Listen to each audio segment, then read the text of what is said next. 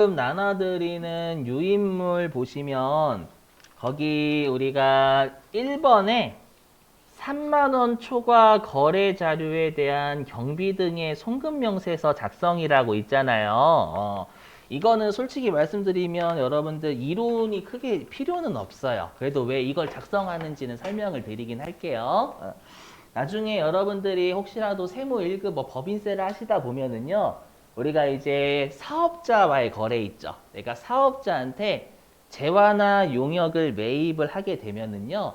우리가 증명 서류 있죠. 세법에서 인정하는 적격 증명 서류인 영수증 뺀 나머지 있죠. 뭐 세금 계산서, 계산서, 신용카드 전표, 현금 영수증 이거를 3만 원 초과하는 분에 대해서는 우리가 받아야 뭐가 되냐면 가산세를 안 맞습니다.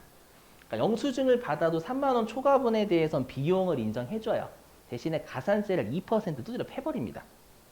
알죠? 그러니까 예를 들면 내가 5만 원을 결제했는데 모르고 영수증 받은 거예요. 그럼 5만 원 비용을 인정해줘요. 법인세나 우리가 소득세에서. 하지만 우리가 그 5만 원의 2%인 만 원의 만 원 아니고 1,000원이군요. 1,000원의 가산세를 패는 거예요.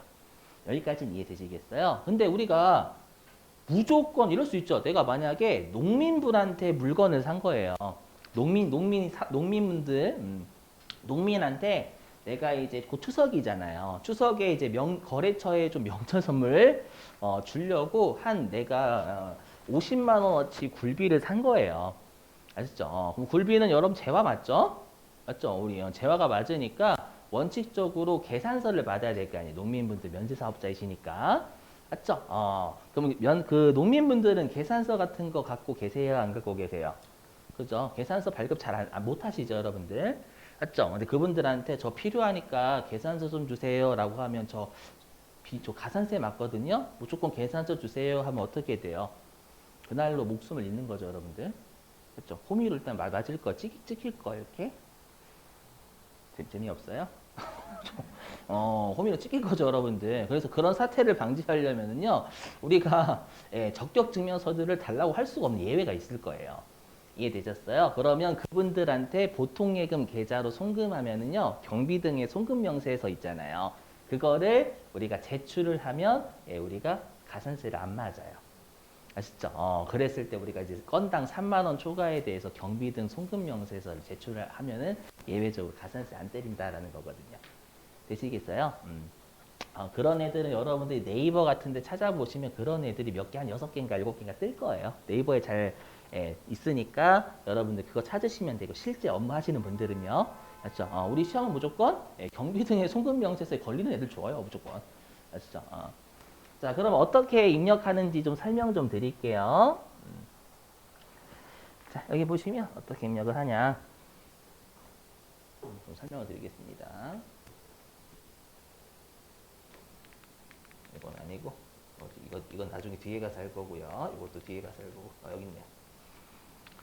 자, 여기입니다. 미리 해놨는데, 여기에요. 우리가 재화나 용역을 사업자한테 매입했어요. 근데 이게 금융기관을 통해서 지급을 해서 경비 등 송금명세서를 제출하면 가산세를 안 두드려 패는 거예요. 그러한 애들이 여러 개 있습니다, 여러분들. 외우지 마세요. 이거는 실제 업무하실 때 쓰시는 분들은 외우시는 거고 우리 시험은 여기에 무조건 걸려요. 알죠? 그래서 뭐 예를 들면 아까 제가 들었던 게 여기 없네. 아까 제가 들었던 사례 없네요, 여기. 뭐 간이과세자한테 부동산 임대 용역을 받은 경우 뭐 이런 거라든지 아니면 우리가 운수업자한테 운송 용역 제공받은 경우 저 택시 위에 이런 것들이 있죠, 여러분들. 이런 것들이 있으면 우리가 괜찮대, 이런 내용은. 자, 그러면 이제 어떻게 하시는 거냐라고 하면은 일단은 우리가 거래를 일반 점표에서 입력을 하시는 거예요. 뭐 일반 점표 입력을 못 하실 분 없으실 거예요. 그죠? 자, 근데 이제 중요한 사항이 있어요. 뭐 중요한 사항이 뭐냐면은요. 내가 예를 들어 볼게요. 자, 내가 A라는 거래처고요. A라는 거래처고요. 상대방이 B라는 거래처예요. 그러면 내가 A한테 예를 들어 가지고 A가 누구라고 할까? A가 간이과세자래요. 간이과세자한테 내가 부동산 임대 용역을 매입을 했어요. 임차료 준 거죠, 여러분들. 맞죠? 예, 그랬을 때 그러면 내가 만약에 내가 A다라고 하면 내가 거래하는 은행이 신한은행이라고 해볼게요. 그럼 신한은행 계좌에서 나갔겠죠. 그러면 예, 우리가 B라는 애가 만약에 국민은행이라고 하면 내가 신한은행 계좌에서 국민은행 계좌로 송금한 거잖아요. 맞죠? 그래서 여기 중요한 게 여기 CD라고 있죠. CD는 뭐냐면 여기에서 주의하실 사항이 누구의 계좌에 송금했냐를 입력하는 거예요. 들리세요? 누구 계좌로 송금했냐를 입력하시는 거지 누구 계좌에서 송금했냐 그걸 입력하시는 게 아닙니다. 그러니까 준 사람의 계좌가 아니라 받은 사람의 계좌 넣는 거예요. 누구한테 송금했는지 그 받은 사람의 여러분 송금 계좌 넣는 거거든요. 조선말 이해되시겠어요, 여러분들? 이것만 정말 조심하시면 돼요. 되시겠죠? 무슨 말인지. 예, 그래서 외워주시면 돼요. 받은 사람의 계좌 입력하는 겁니다. 경비등의 송금 명세서는요. 여기 나와 있죠? 우리가 은행은 내가 송금한 상대방의 계좌 입력하는 은행하고요. 아셨죠? 그래서 방금 사료에 따지면 신한은행을 입력하는 게 아니라 국민은행을 입력하시는 거예요. 여기까지 되시겠어요? 어떤 느낌인지는 곧 제가 만든 문제 있으니까 그걸로 풀어볼게요. 아시죠? 그리고 이제 또 한 가지 유념하실 사항이 있는데 이거는 제가 설명드렸나? 뭐냐면 우리 그 전산 세무회계 시험은 예금하고 적금 이런 거에 거래처 안 걸어도 상관없죠. 그래서 없죠. 세무래. TAT 시험, AT 시험은 예금, 적금에 무조건 거래처 입력하셔야 됩니다. 안 하시면 네, 점수를 까버려요. 알죠? 그래서 채권 채무는 거래처 입력하는 건 당연하고요. 알죠? 그리고 예금하고 적금의 거래처를 꼭 거셔야 됩니다. 이게 맞아요. 예금하고 적금의 거래처 안 가면 회사 난리 나거든요. 알죠? 그거를 꼭 외워주시고. 그리고 특히 여러분들 퇴직연금 운용자산 있잖아요. 퇴직연금 운용자산은 예금, 적금에 해당이 돼야 안 돼요. 똑똑. 퇴직연금 운용자산. 퇴직연금 운용자산이 확정급여형에서 쓰는 거잖아요. 그게 뭐예요? 회사의 퇴직금 전용 계좌죠, 여러분들. 맞죠? 그럼 회사 입장에서는 회사의 퇴직금 전용 계좌에 우리가 넣는 건 예금하는 거예요? 퇴직금 준 거예요? 예금하는 거예요, 여러분들. 지계좌에 예금하는 거지, 그 퇴직금 안 준 거잖아. 임직원 계좌에 안 넣는 거니까. 그럼 예금하는 거니까 퇴직연금 운용자산도 거래처 걸어야 돼요. 아셨죠? 무슨 말인지 이해되시겠어요? 자, 그러면 하나만 입력을 해보고 쉴게요. 자, 2페이지 보시죠.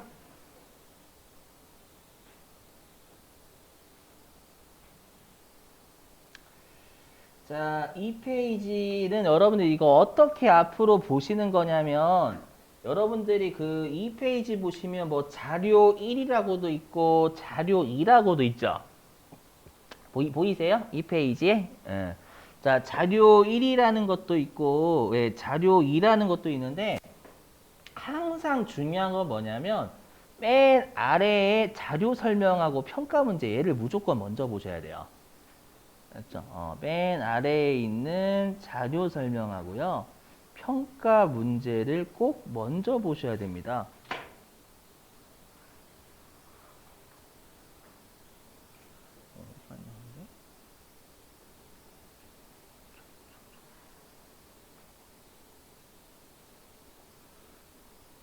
잠시만요. 넣어놨는데.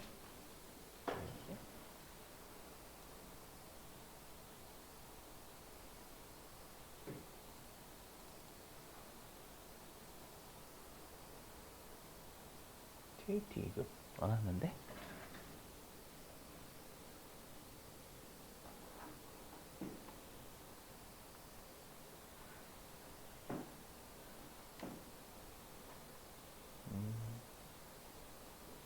다운로드에 PDF.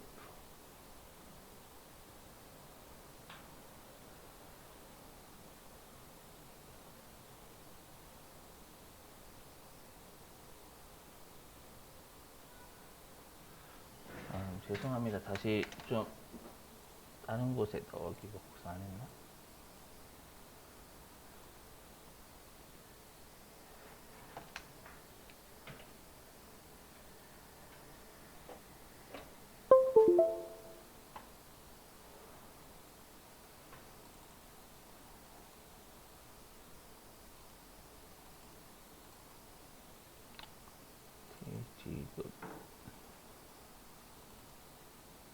실기적기가 있을 텐데.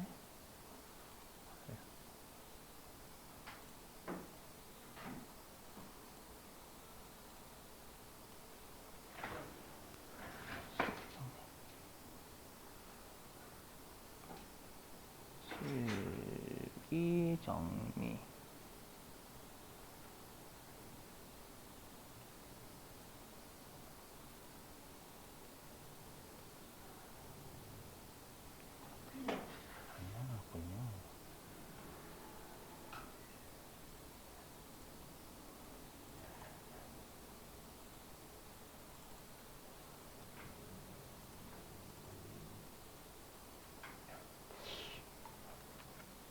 있는데?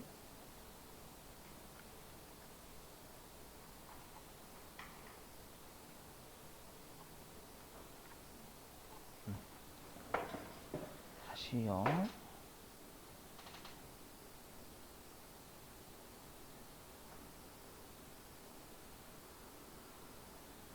다운로드. 있구나. 자, 보실게요. 여러분들 어떻게 하는지 좀 설명 좀 드리겠습니다. 자, 이렇게 여러분들 문제를 여기 보시면은요. 여기 보시면 막 여러 개 막 돼 있죠. 뭐 여기 자료 1번이라고도 있고 여기 뭐 자료 2번이라고도 있고 이렇게 돼 있잖아요, 여러분들. 이런 건 나중에 보시는 거고요. 우리가 항상 먼저 보실 거는요. 요런 거예요, 요런 거.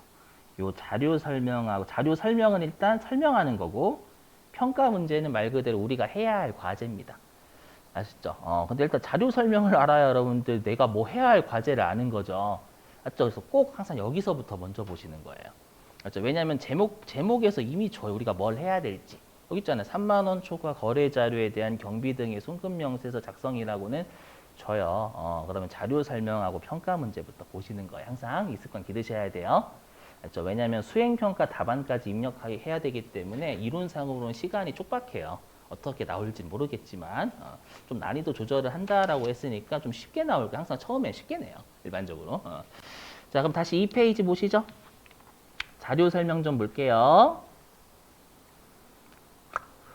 자, 보니까 자, 거래처 상선전자에 제품을 발송했다라고 했으니까 제품을 판 거죠. 자, 발송하면서 당사 부담의 포장비를 간이과세자인 포장나라의 계좌로 이체하여 지급하였다라고 했으니까 일단 포장비 보통예금 계좌에서 이체해서 지급했나 봐요. 자, 그럼 평가 문제 1번. 거기 거래 자료를 입력하세요 라고 돼 있으니까 요거 일반 전표 입력하란 얘기고요. 자, 그리고 평가 문제 2번. 경비 등의 송금 명세서를 작성하세요 라고 했으니까 우리가 해야 될 건 두 가지인 거예요. 그죠? 자, 그러면 우리가 그 자료 2번 보실래요? 자, 자료 2번 보시면 거기 보통예금 국민은행 거래내역이라고 돼 있죠. 왜냐면 우리가 일반 점프 입력할 때는 이제 예금하고 적금 거래처 꼭 걸어야 되거든요. 그건 좀 조심하시고. 자, 그래서 거기 보니까 자, 거래일자가 1월 4일이죠, 여러분들. 1월 4일이고 내용이 포장나라에 30만 원을 우리가 이체를 한 거예요. 왜냐하면 지금 포장나라한테 우리가 준 거니까요. 포장비를요. 근데 보니까 거기 계좌번호가 여러분들 주식회사 한강이 우리 회사거든요. 그러니까 우리 회사 입장에서는 국민은행 계좌로 이체를 한 거죠. 여기까지는 이해되시겠어요? 자, 근데 자료 1번 가보실래요?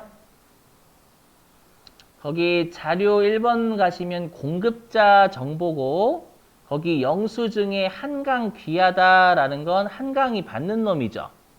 보니까 공급받는 자 용이라고 되어 있기 때문에 한강이 공급받는 놈인 거예요. 그래서 거기 공급자 상호 보니까 포장나라라고 되어 있죠, 여러분들. 그죠? 포장나라라고 되어 있고요. 거기 맨 아래에 보시면 혹시 입금계좌 하나은행 보이시나요? 그럼 그 말은 포장나라에 대해서 우리가 국민은행에서 우리 회사가 이체를 했고 포장나라의 하나은행 계좌로 송금을 해준 거예요. 무슨 말인지 이해되시겠어요? 그러면 요거에 대해서 이제 평가 문제대로 1번하고 2번하고 이렇게 하시는 거예요. 아셨죠? 항상 평가 문제 먼저 보세요. 자료 설명하고. 자, 그럼 우리가 일반전표 입력을 가야죠. 그렇죠? 일반전표 입력은요. 여기 회계를 클릭하시면 있긴 있고요. 혹시라도 메뉴 찾기가 귀찮으시면 아까 설명드렸던 대로 그냥 여기에서 일반전표라고 치시면 됩니다. 자, 클릭하면 여기에 일반전표 입력이라고 있습니다. 자, 일반전표 입력 들어가 보시죠.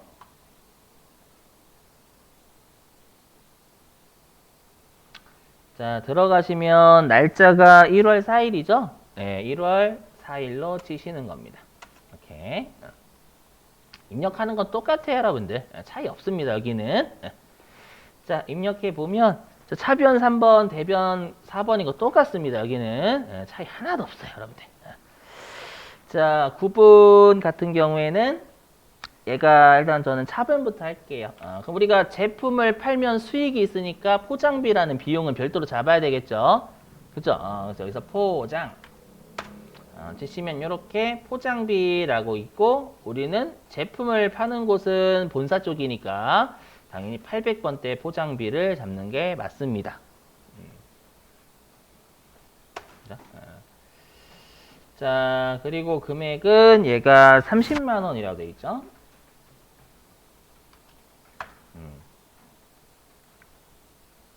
어렵지 않으시죠? 그리고 실제로 우리 회사는 보통예금에서 송금했잖아요. 국민은행 보통예금 계좌로. 또 대변에 보통예금 코드가 반드시 걸려 있어야 돼요. 보통예금이니까 여기는. 그럼 국민은행이 되겠죠, 여러분들? 우리 회사는 국민은행으로 송금했으니까요. 국민은행으로 거시면 되겠습니다. 근데 짜증나는 게 있어요. 왜 짜증나냐면 K랩은 알아서 차익을 걸어주잖아요. 근데 보시면 차익 안 걸죠? 여러분들 걸어져 있나요? 걸어져 있어요. 저는 지금 처음 설치했죠, 여러분들. 그럼 방법이 있어요. 뭐냐면 저는 지금 처음 설치했기 때문에 실제로 처음 설치하면 이렇게 대차 차익을 컴퓨터가 안 겁니다. 그럼 방법이 있어. 어떻게 하시냐면 보시기만 하면 돼요. 일단 모든 메뉴가 꺼져 있어야 돼요. 모든 메뉴가 꺼져 있는 상태에서 여기 환경 설정이라는 게 있어요. 그렇죠? 여기 환경 설정에 들어가셔가지고 여기에서 내 컴퓨터라는 메뉴가 있습니다. 내 컴퓨터. 여기에서 내 컴퓨터라는 메뉴를 클릭을 하시게 되잖아요. 네, 그러면 요 아래쪽에요. 여기 보이시죠, 여러분들? 5번 쪽. 대체 거래를 입력 시 차익이 발생하면 금액을 자동 입력. 그러니까 대차 차익 발생하면 컴퓨터가 알아서 금액을 걸어주는 걸 5번 쪽에서 사용 안 함을 사용으로 바꾸시면 돼요. 이해되시겠어요? 물론 다른 메뉴가 다 꺼져 있어야 적용이 되지 다른 메뉴가 켜져 있는 상태에서는 적용이 안 됩니다. 그래서 얘를 사용함이라고 돌려주시면 됩니다. 아시죠? 이렇게 해주시면 됩니다. 참고하시고. 자, 그럼 일단 우리가 뭐는 했냐면 평가 문제 1번은 했죠. 그죠? 평가 문제 1번은 했고요. 자, 이제는 우리가 평가 문제 2번을 해야 되겠죠. 그러면 우리가 경비 등의 송금 명세서라는 걸 제출을 해야 되잖아요, 여러분들. 그럼 메뉴가 좀 낯설죠. 경비 등의 송금 명세서는. 그러면 이런 것들은 여러분들이 이런 데에서 찍으셔도 되지만 여기서 직접 치세요. 그게 제일 빨라요. 메뉴를 주니까. 아셨죠? 이게 더 훨씬 빠를 겁니다. 그래서 여기에서 뭐 경비 등의 송금 명세서. 자, 경비 등의 송금 명세서 있고요.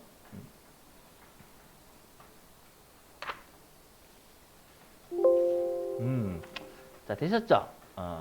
그럼 여기에서 거래가 발생하고 어디에다가 송금했는지를 치시면 돼요. 그럼 거래일자는 22년 1월 4일이죠.